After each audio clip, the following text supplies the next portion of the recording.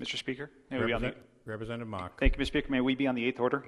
We'll be on the 8th order. Mr. Speaker, pursuant to House Rule 319, I request to divide the question on House Bill 1250 to include two divisions. Division A to include sections 1, 2, and 4 of the bill, and Division B to include section 3 of the bill.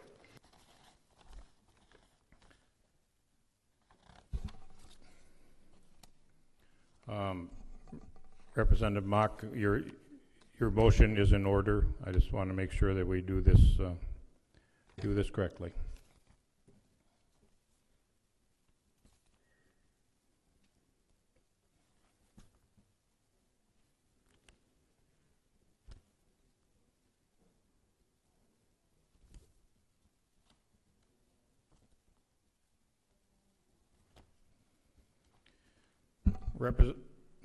Representative Hedlund.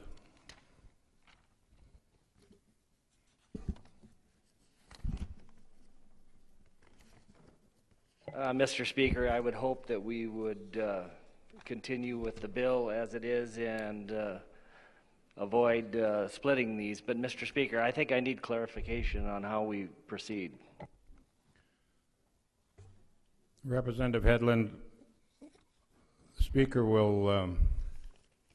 the Speaker will listen or will allow Representative Mock to present a motion on why he believes the amendments should be split. We will allow you at that time to provide discussion on why it should not be split, and the chamber will take a vote on that question. So, Representative Mock, if you want to. Mr. Speaker, and thank you, Mr. Speaker. I only raised as a point of order that House Rule 319 states that if a question before the House contains more than one proposal, any member may have the question divided. And then the rule continues to state that it may not be divided, or it says that except a question on the adoption of a conference committee report or on the second reading of final passage of a measure resulting in the adoption of a conference committee report may not be divided. So, Mr. Speaker, the request is only to take up the sections in two divisions, but the bill would still be presented as it came from the Finance and Taxation Committee, and I would defer to our parliamentarian for any further recommendations on that or any ruling. Thank you, Mr. Speaker. Representative Kretschmar. It's my understanding that the question is in order, and I believe, Mr. Speaker, that the question is in order, and any member can request a division that, as Representative Mock has done.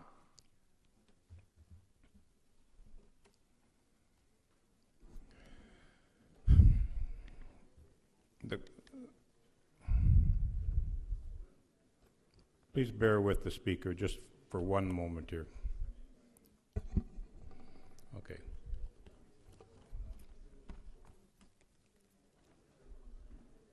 Mr. Speaker. Representative Carlson. Mr. Speaker, I think probably the easiest way to proceed with this, and I believe would be correct, is that there would be two separate issues we'd address here. One would be to pass the bill with sections 1, 2, and 4, and the second, if that were to be defeated, then we would go on to the whole bill in its entirety, and we'd vote on the bill with all the sections in it. That's not correct? We have to do each section separately according to our parliamentarian, which would be 1, 2, 3, and 4. We'd have 4 different votes then? There's 2 sections, 1, 2, and 4. We'll vote on 1, 2, and 4, and then we'll vote on section 3.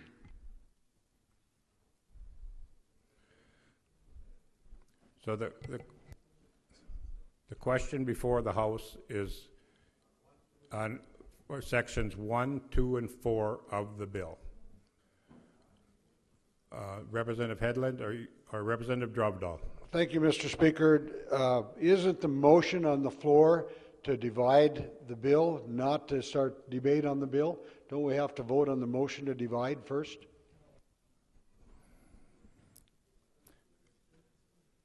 According to Rule 603, as I read it, the question of adoption must be taken separately on each portion. But I would certainly stand to be corrected, being this is the first time that this has come up this session. Representative Kretschmar. Mr. Speaker, I believe Representative Mock or any member has may request a division. Right. And then that request is kind of automatic. And we vote on each of parts of that division separately. And then, depending how they come out, we vote on the whole bill, or what's the rest of the bill, for final passage. So the question before the House, as I understand it, Representative Kreshwar, is we vote on Section 1 at this time and work our way down all four?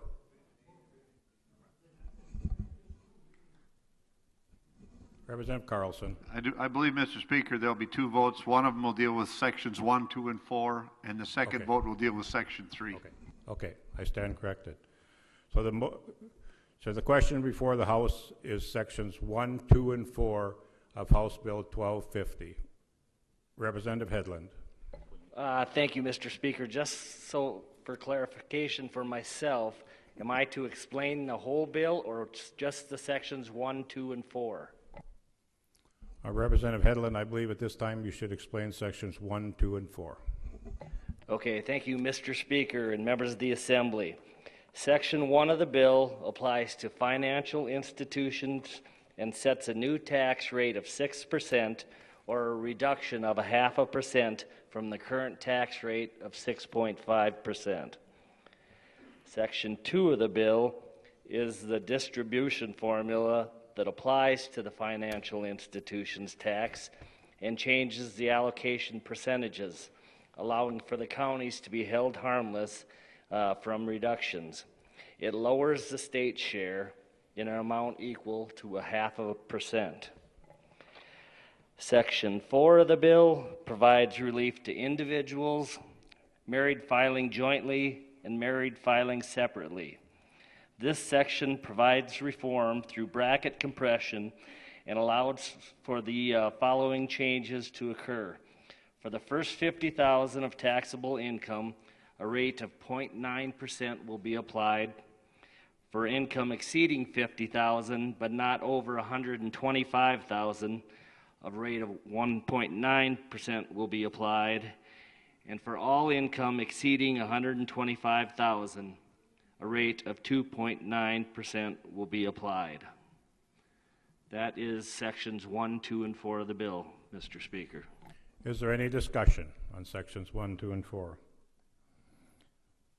The question is on adoption. Representative Onstead, excuse me. Thank you, Mr. Speaker. Will the bill carry? Yield to a question, please. Representative Hedlund, would you yield to a question? Yes, Mr. Speaker, I will. Representative Onstead. Representative Hedlund, when we separate that out, 1, 2, and 3, when we look at the fiscal note, what portion is adapted that strictly for the income tax and the financial institutions? So, Mr. Speaker, Representative Onstead, the fiscal note indicates that $361 million of this bill is directly related to the individual income tax, and $2.4 million is related to the financial institutions tax. Mr. Speaker, if I can ask another question of the bill carrier. You may continue.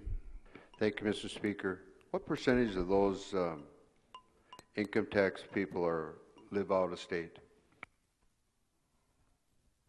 Mr. Speaker, Representative Hedlund. Onstead, you know, that information I do not have before me. I would assume there are individuals that receive money directly related to income that is produced in this state, and they pay income tax on it, but I do not have that number.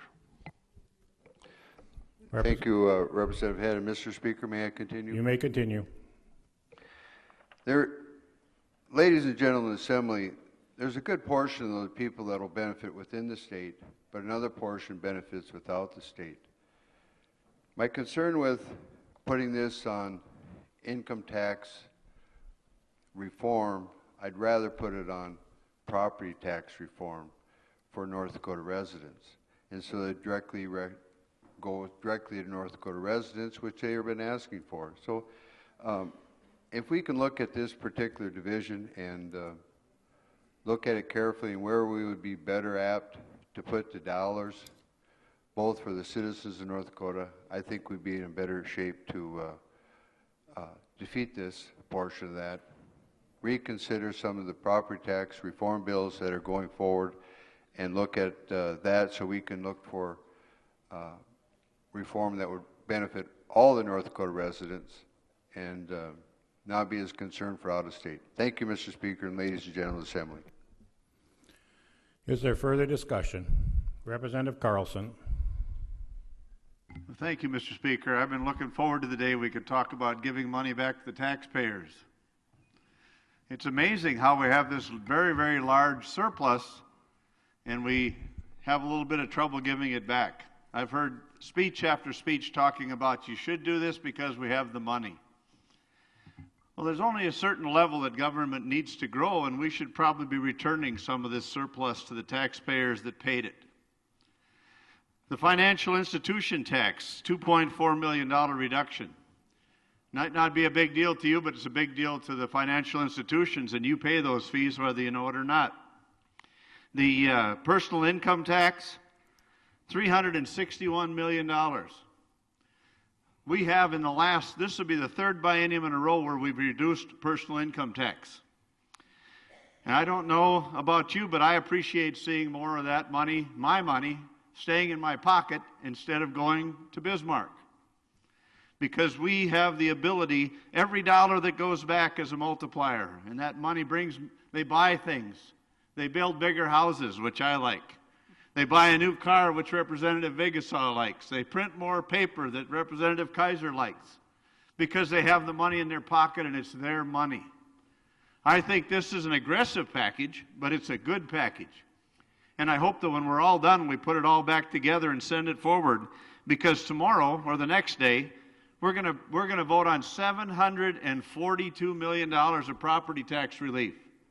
You add these two together, we are making a commitment out of this chamber to return $1.245 billion back to the taxpayers. That is a tremendous accomplishment. There isn't another state in the union that can even talk about this. So I think that we need to pass this package forward. It's a good package.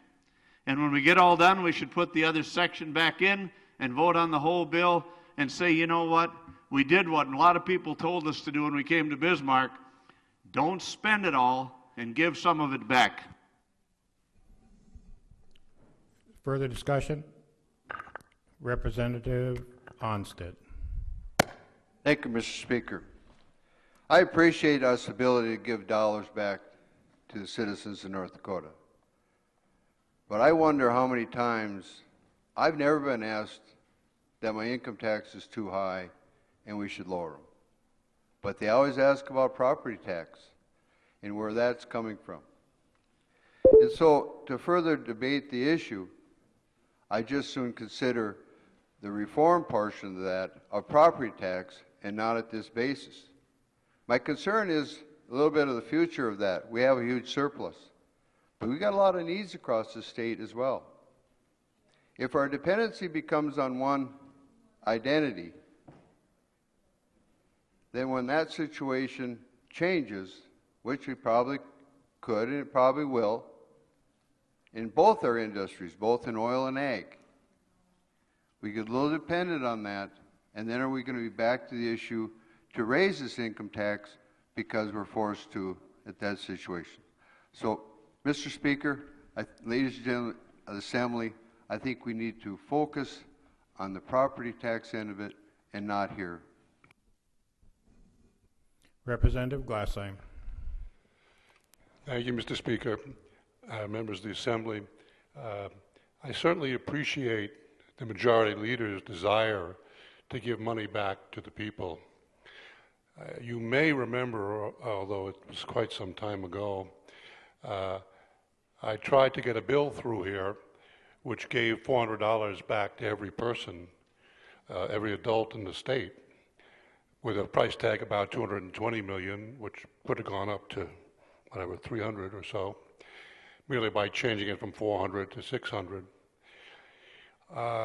My problem with changing rates is when you change rates when you're flush with money, then if you're ever not flush, you're never going to get them back again.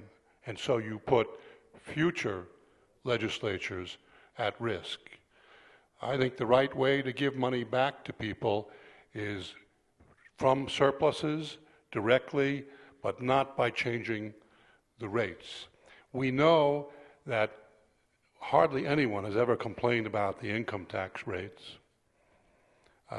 We're one of the lowest in the country, which has income tax rates. We've been lowering them for 2 sessions. No one's complaining about them. Maybe not next session, maybe the session afterwards. We're going to need those, and there'll be no appetite in this chamber then, for those of us who are still here, to raise those rates when we need them.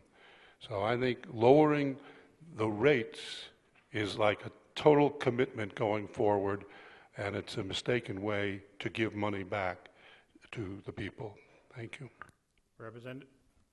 Representative Hedlund. Thank you, Mr. Speaker. Part of the conversation that I think we should have here is how much revenue we're collecting from the individual income tax.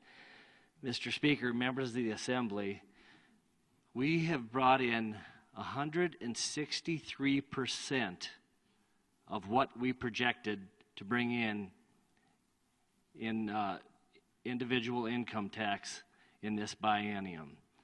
163% more than we said we needed to take care of our needs last session. So, Mr. Speaker, there's room here. There's a lot of room. We can reduce these tax rates. We can let people keep their money. And I think we all know what happens when we do that. People spend it. So, Mr. Speaker, members of the Assembly, I think we really need to vote for this portion, put the other portion back in, and then vote this bill out. Thank you, Mr. Speaker. Representative Kaiser. Mr. Speaker, members of the Assembly, I've heard some comments made today that I hope to correct at this point. I want to go on the record complaining about the amount of federal income tax I pay and the amount of state income tax that I pay. So I am on record. And maybe I'm the only person that has ever said that to you. But the reality is, in the past, when our state was in, and I've been in the legislature long enough, I was here when we had a $40 million ending fund balance. We didn't have this kind of surplus. We made the decisions we needed to make at that time. But with this surplus, I agree with the Finance and Tax Committee's recommendation that we need a balanced way of returning this surplus to the citizens of North Dakota. And I, for one, would appreciate the reduction in the rate of state income tax. Representative Lauser. Thank you, Mr. Speaker, members of the Assembly. We had a number of votes on the personal income tax bill to suspend for 2 years. In fact, there was 23 votes. For those of you that voted yes, and maybe for some of you that voted no, this is your bill and your opportunity to reduce taxes. Our state has enough money to meet our priorities and needs. And if we ever find ourselves not flush with cash, maybe we'll just need to reduce spending. Let's cut taxes and vote yes. Representative Drubdole. Thank you, Mr. Speaker. Member of the Assembly, it's awful nice to say no. We're not going to do anything for those people, those out-of-state residents or corporations that are paying tax here. We're going to keep the money ourselves, and it's easy to pick on them because they don't vote here. But I have to tell you, in my area, in most cases, it's those out-of-state people, those out-of-state corporations that are coming in and investing in my community, building the apartments, building the condos, and building the houses and making an investment that's helping us meet the problems we're having out there with home, just as much as, probably more, than state residents are doing. So I like to have a fair policy, and I think treating them fairly shows that we want them in here and we want their money invested in North Dakota. So I hope we support the committee's recommendations. Representative Carlson. Well, thank you, Mr. Speaker. This is a good debate to have. What's amazing is that years ago when Ronald Reagan decided to cut some taxes, and they said you shouldn't do that because you can't afford it, the revenues grew. North Dakota, we've cut income tax the last 3 bienniums on both corporate and on personal income tax, and our revenue has grown. Up 71.2% on personal income tax. $900 million, $926 million. Let me tell you, somebody's paying taxes. Somebody's paying that money. They just fall from the sky, so we took it out of somebody's pocket. Corporate income taxes over projections are up 210%. And we cut their rates last time, and it's still up 210%. So our economy flourishes when we lower the tax rates. And our people benefit, and our companies benefit, and they hire more people when we cut the tax rates. In my opinion, this isn't a hard decision. I think we need to pass this bill and move on to property tax relief. Is there any other discussion? Seeing none, the question is on the adoption of sections 1, 2, and 4 of House Bill 1250. The clerk will open the key for a verification vote. If you vote yes, you're voting for divisions 1, 2, and 4. If you vote no, of course, you're voting against them. Mr. Speaker. Representative Mock. Mr. Speaker, I request a recorded roll call vote. Is there 1/6 of the members want to stand? The recorded roll call vote has been requested and will be granted. Representative Scarpo. Well, thank you, Mr. Speaker. Just to make sure that every one of us understand what we're voting on here, we're going to vote on 1, 2, and 4, and if we approve them, are we going to have the opportunity to vote on 3 all by itself then, or do we not vote on 3? You will vote on section 3 next, Representative Scarpo.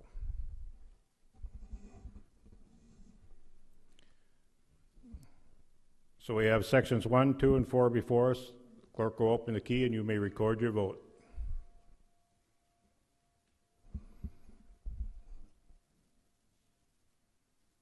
Has every member voted? Does any member wish to change their vote? Key will be closed. Shows 88 yes, 5 nay, 1 absent, and not voting. Now we'll go to section 3. Representative Hedlund. Thank you, Mr. Speaker and members of the Assembly. Section 3 of the bill reforms taxes on corporations and reduces the number of brackets from 3 to 2 while allowing for that income of up to $50,000 to be taxed at the lower rate of 1.68%. It also provides a rate reduction on all income exceeding $50,000. That income will be taxed at a rate of 3.3%. Also, this bill has a section 5, which is the effective date, and that date occurs for taxable years after December 31st of 2012. Now, your Finance and Tax Committee, with a strong vote, passed this bill in its entirety by a vote of 11-2, and we ask this body for your support of this bill that will provide for the biggest income tax reduction in this state's history. Mr. Speaker, can I continue? You may continue, Representative Hedlund. Thank you, Mr. Speaker. Now, this little maneuver here caught me a bit by surprise, and believe me, it impacted a nice speech I had written here. So, I'm going to try to piecemeal a little bit of my comments that I believe are important as to why we need to move forward with this bill. Representative Hedlund, as we get done with section 3, which is before us, you'll have an opportunity to speak to the whole bill. Thank you, Mr. Speaker. Is there any other discussion? Representative Eskelch. Well, thank you, Mr. Speaker, and Mr. Speaker and members of the Assembly. I hope that we can reject this Section 3 because Representative Dovdahl already alluded to it, but corporate taxes are collected in North Dakota to the tune of $140 million, as the fiscal note reflects, and 82% of those are domiciled outside the borders of North Dakota, 46% of which are limited to 10 companies. So I think at a time when we're making these decisions about what we are choosing to fund and the needs in our own state, I think we ought to keep our own tax dollars here that we're collecting. They're not being prohibited from doing business here. Our economy is already on overdrive, and I don't think our tax policy is influencing corporate behavior in North Dakota. So I would urge a no vote on this section. Representative Becker. Thank you, Mr. Chairman. I like gamesmanship, and so today is enjoyable for me. There's 2 points I'd like to bring up. Number one, the aspect of separating these sections. I think we have to stand fast with our belief, because it's easy to, in the public, say that if you vote for this, you're in bed with corporations. And the fact is, just as Representative Carlson said, what it really is absolutely excellent economic policy. It drives the economy. We look at all sorts of situations, laws, where sometimes, for instance, Department of Commerce might pick winners and losers, and there's some difficulties that I might have there, but this is clear cut. You make it more enticing for corporations, have a good business environment, and they're going to come here. And what's great about corporations, they provide jobs. Jobs provide wages. Wages increase standard of living. The second point I want to make very quickly is that don't forget, in the art of negotiation, if you fight and kick for a point that you actually never planned on winning, the second point, which you actually do want to win, it's very much easier to get your opponent to give in because they just got to win.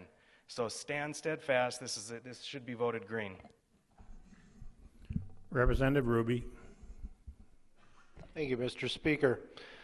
Mr. Speaker, members of the Assembly, I was a little confused about this split because, first of all, you have the individual and the financial institutions split separately from the corporations. But if I understand, I didn't serve in the committee, but if I understand it correctly, the financial institution tax reduction was put in place to be comparable to the reduction of the corporate tax, which is what the financial institutions have. They have their tax separately, and they're not taxed as a corporation. So in a way, we're almost dividing the corporations with the division that we had, which was kind of surprising to me. The other point I heard was, well, we should put this all into the property tax. Well, then when we get into the property tax discussion, we always hear that not everybody has property and that not everybody's paying property tax. So at times when we have renters who have income tax, this is the way to give money back to them.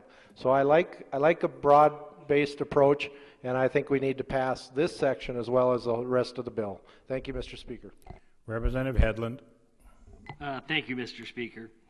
Lowering corporate tax rates is going to allow companies to increase their investment processes, and it'll help business in North Dakota's economy to grow and maintain that growth. And it's going to provide for an environment with the state's companies to grow. At the same time, it's going to help attract additional and expanding companies, in industries across this state.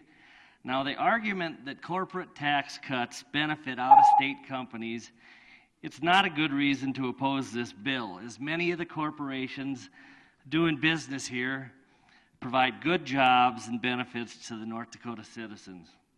Now, last session, we were asked a question: how large companies such as John Deere, Caterpillar, Marvin Windows, Microsoft, Walmart, several oil companies, Continental Resources, all of these out-of-state corporations with bases out of state, how they benefit from this tax cut. Well, here's a couple of ways they would benefit from this reduction. First of all, they are huge employers. They probably employ the greatest number of employees involved in these types of industries in the state. And look what's happened with employees and salaries. Our salaries are growing at a pace faster than any other state in the nation. What else do we see happening? Go to Valley City. Big expansion in John Deere. Go to Fargo, we've seen leaders at Microsoft talk about building 3 more buildings for the huge expansion they need to do in North Dakota. We see how our oil industry is growing.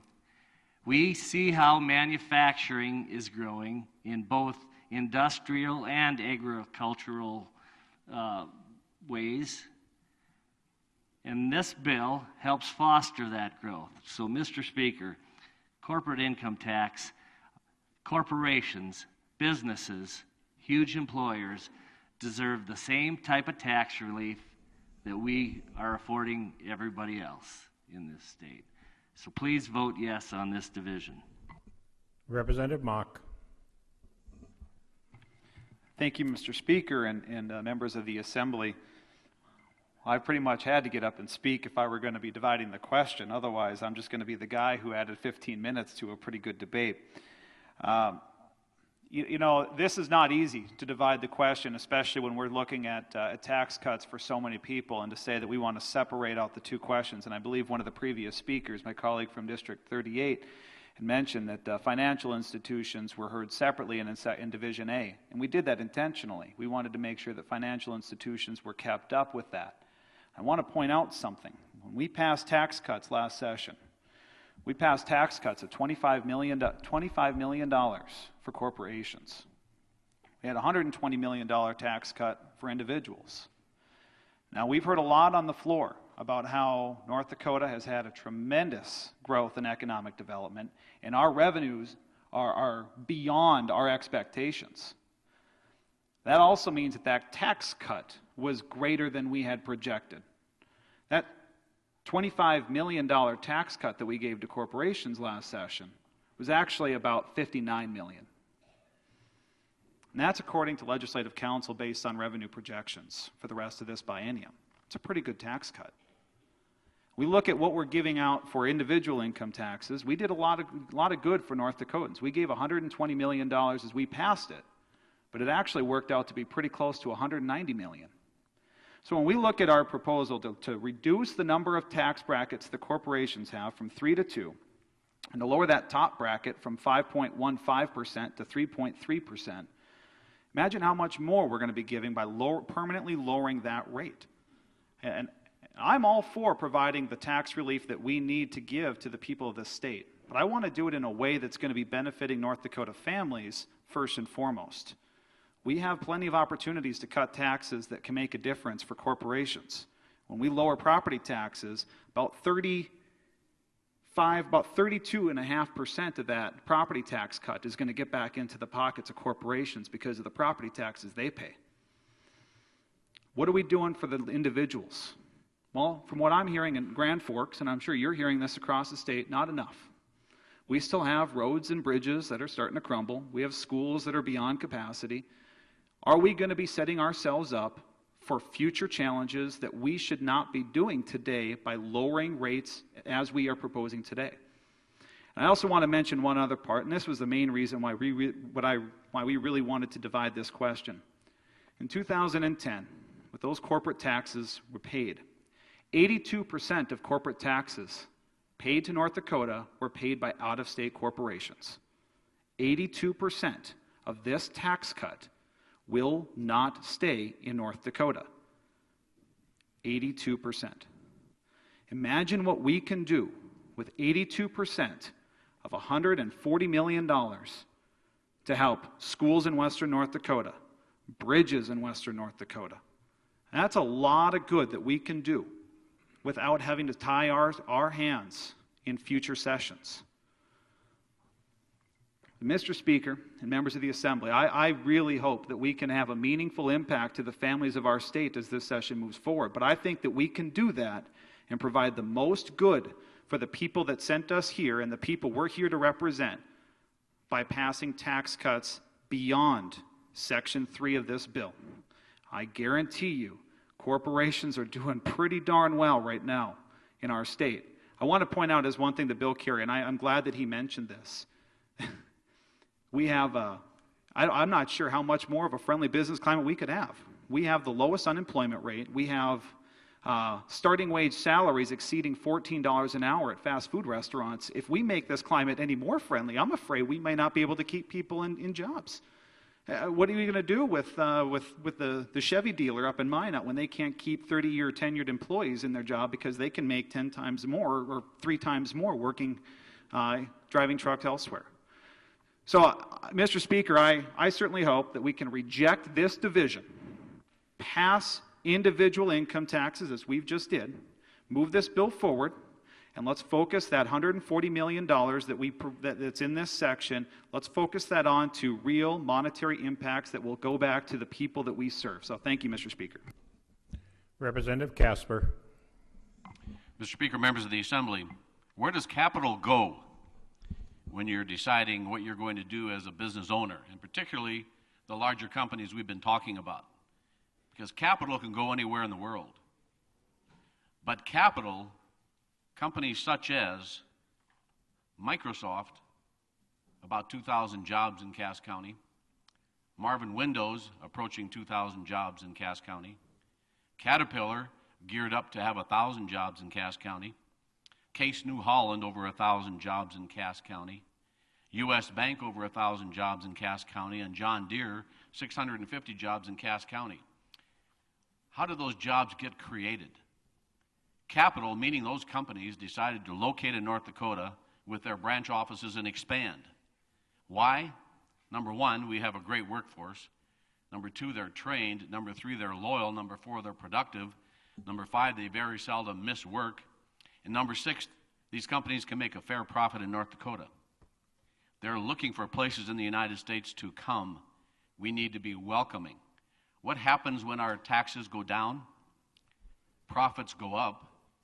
More jobs are created. The $142 million that Representative Mock indicated might be leaving North Dakota. I say I don't think it'll be leaving North Dakota. I think those dollars will be used for is to expand more business opportunities in our state. What do our families want in North Dakota? They want career path jobs. These large companies are now beginning to offer those opportunities for career paths in North Dakota. That means our kids and our grandkids are able to stay here because they have meaningful career path jobs, something we haven't had in decades. So, Mr. Speaker and members of the Assembly, when we look at providing opportunities for companies to grow and prosper in North Dakota, we get more back. And we also get more revenue, because as these employees produce more goods and services and export them around the United States and around the world, they get better wages, they get better benefits, they keep their families here, the population continues to grow. It goes on and on. It's like a merry-go-round. We're on a great merry-go-round, Mr. Speaker. Let's keep the merry-go-round going. Representative Thorson. Thank you, Mr. Speaker and members of the Assembly. A previous speaker asked the question or made the statement, I don't know how much more of a business-friendly climate we can have here in North Dakota. Well, we do have a good business climate in the state, but according to the Tax Foundation, which is a nonpartisan organization, we still, in the year 2013, rank 28th amongst the states. Wyoming, a neighbor not too far away, number 1. South Dakota, our neighbor right next door, number 2. Montana, another neighbor right next door, number 8. So we are making progress, we're doing great things, but we still have some work to do. Those jobs can go any of those other places at any time. Tax implications are a huge issue when businesses decide where to locate or where to do work. So I would hope that we give a green vote to this section of the bill and to the bill in its entirety. Let's provide real tax relief to the people of our state, to the businesses of our state, to help creating more jobs and to keep moving forward. Representative Glassheim. Thank you, Mr. Speaker, and members of the Assembly. I really consider myself a business-friendly Democrat, which is not a, what is that word? It's not a, yeah. That is, I'm perfectly willing to spend money investing in businesses if we can get them to do things that are good with our investment, that are good for the state. I've voted over the years for every kind of plan that makes money available for business startups and other projects and programs which encourages businesses to be here. But ladies and gentlemen, I think you're working under a false assumption that us changing the rate of corporate taxes will bring anything here, will have any effect on business.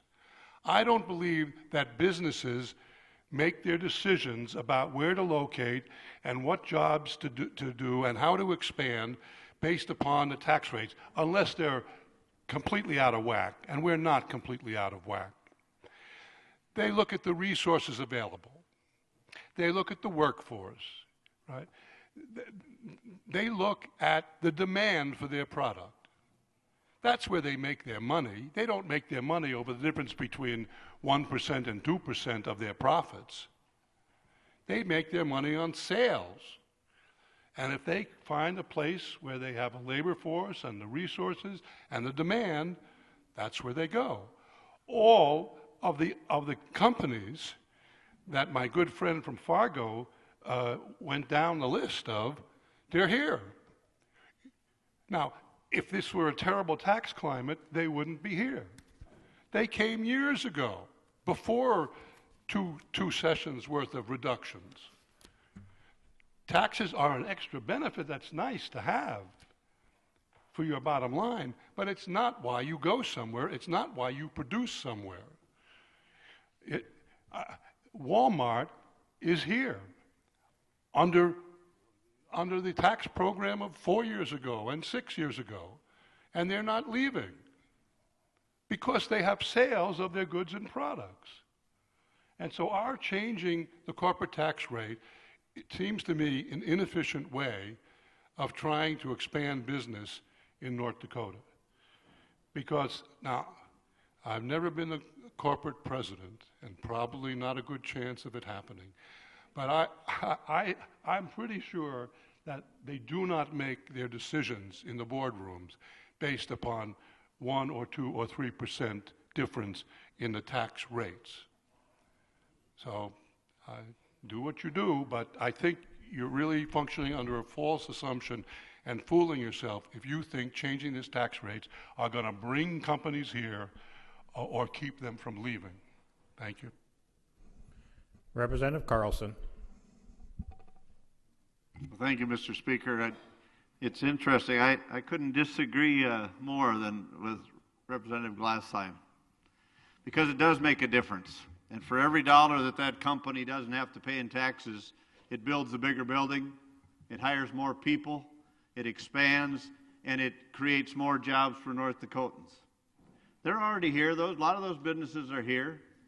And they came here because we do have a good workforce and we have a friendly business atmosphere. But let me tell you, it makes a big difference what those corporate rates are, because this is the most competitive state venture that most states take on, is economic development and trying to draw businesses into their state. We have 49 other competitors who all want that business. And you bet they look down the line. They look at our workers' compensation rates, one of the lowest in the nation.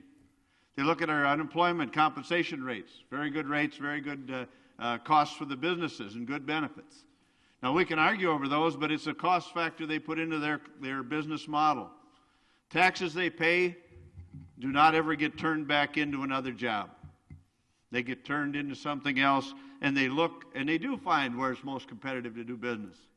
And I think that when they're here, they don't come here because of our climate. We know that. But they come here because of our business climate. And that's what corporate structure is all about. When we lowered the corporate tax rates, it went up because we had more businesses and more people paying taxes, and they made more money. Even though they paid a lower rate, they paid more money. Is that a bad thing? Heck no, that's a good thing for us. It gave us a bigger surplus, a 200% increase in corporate income tax. And we gave them a break. What'll happen if we cut it a little more? It'll probably even be better. Because there is a magic number. And last time we tried like crazy to get to 5%. Because when national companies are looking, that's kind of the benchmark. When these economic developers go out and market our state, those above 5% are in a different group than those below. All we could get it to was 5.1%. I was hoping it'd be under 5. This is our chance to move it down and to have more economic growth for North Dakota. It's good for our people. It's good for our businesses. If that money leaves the state, so be it. If they hire more North Dakotans and build a branch office here, then we did the right thing. So let's get this passed, get the whole bill passed, and get on to other issues. Is there any further discussion? The question is on the adoption of division or section 3 in the bill. The key will be open for a verification vote. Representative Mock. Mr. Speaker, I believe that this is a recorded roll call vote.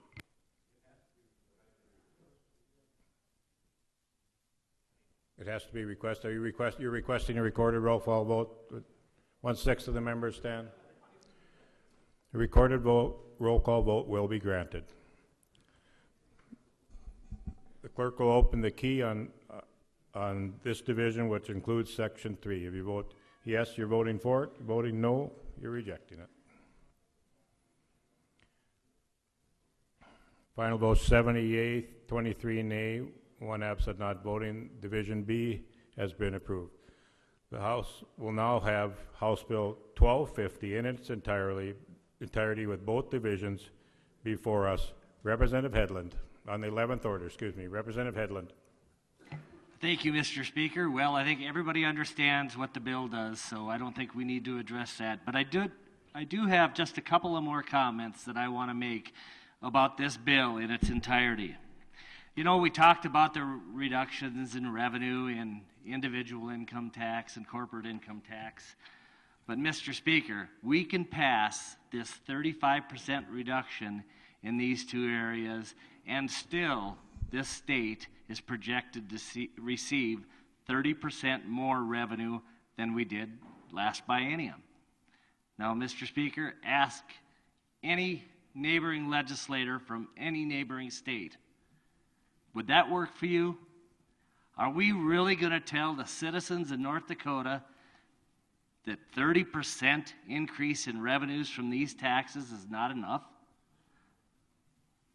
I don't think we can do that, Mr. Speaker. Mr. Speaker, another issue that I think we need to address when we're talking about tax reductions is what's going on in the states around us. Currently, I believe there are 17 different states that are talking about reducing taxes, either in individual and corporate, both. There's a couple of states, Mr. Speaker, that are actually talking about eliminating their tax on income altogether. Now, why would they do this if it isn't, and it doesn't have an effect on business and people wanting to locate in their state?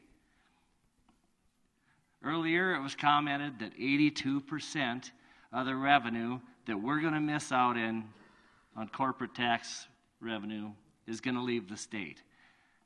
Are we really to believe that these companies are going to take every penny they make and spend it somewhere else? It's a disingenuous argument, Mr. Speaker, and it's meant to appeal to low information voters. I would hope that we would pass this bill, Mr. Speaker, in its entirety and move on. Thank you, Mr. Speaker. Is there any discussion? Seeing none, Representative Jay Kelch. Thank you, Mr. Speaker. I just thought I should bring up a little bit that, you know, we were eulogizing President Reagan a little bit, and I remember those days.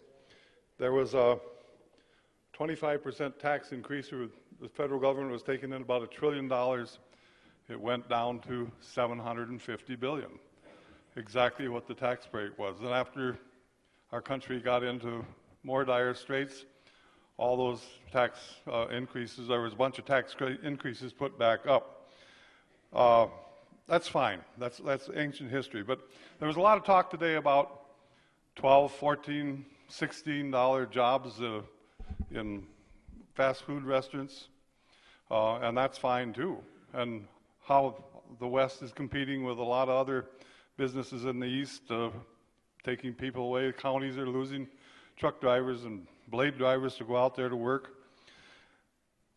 One thing I think that really bothers me, the average teacher's salary right now, starting salary, is just over $30,000. We tried to put an amendment on 1319 in committee. That would have made it 31 and 32 for the next 2 years, and that failed.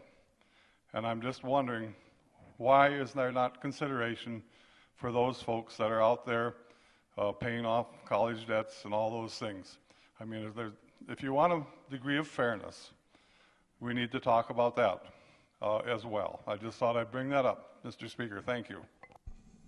Is there any further discussion? Seeing none, the House has before it for final consideration House Bill 1250. The clerk will open the key and you may record your vote. Has every member voted? Does any member wish to change their vote? Key will be closed. The clerk will take the record. Final votes was 92 yea, 1 nay, 1 absent, not voting. House Bill 1250 is declared passed. Representative Vigasaw. Mr. Speaker, on the 8th order, I move that House Bill 1277, which is on the 11th order of today's calendar, be moved to the top of the calendar.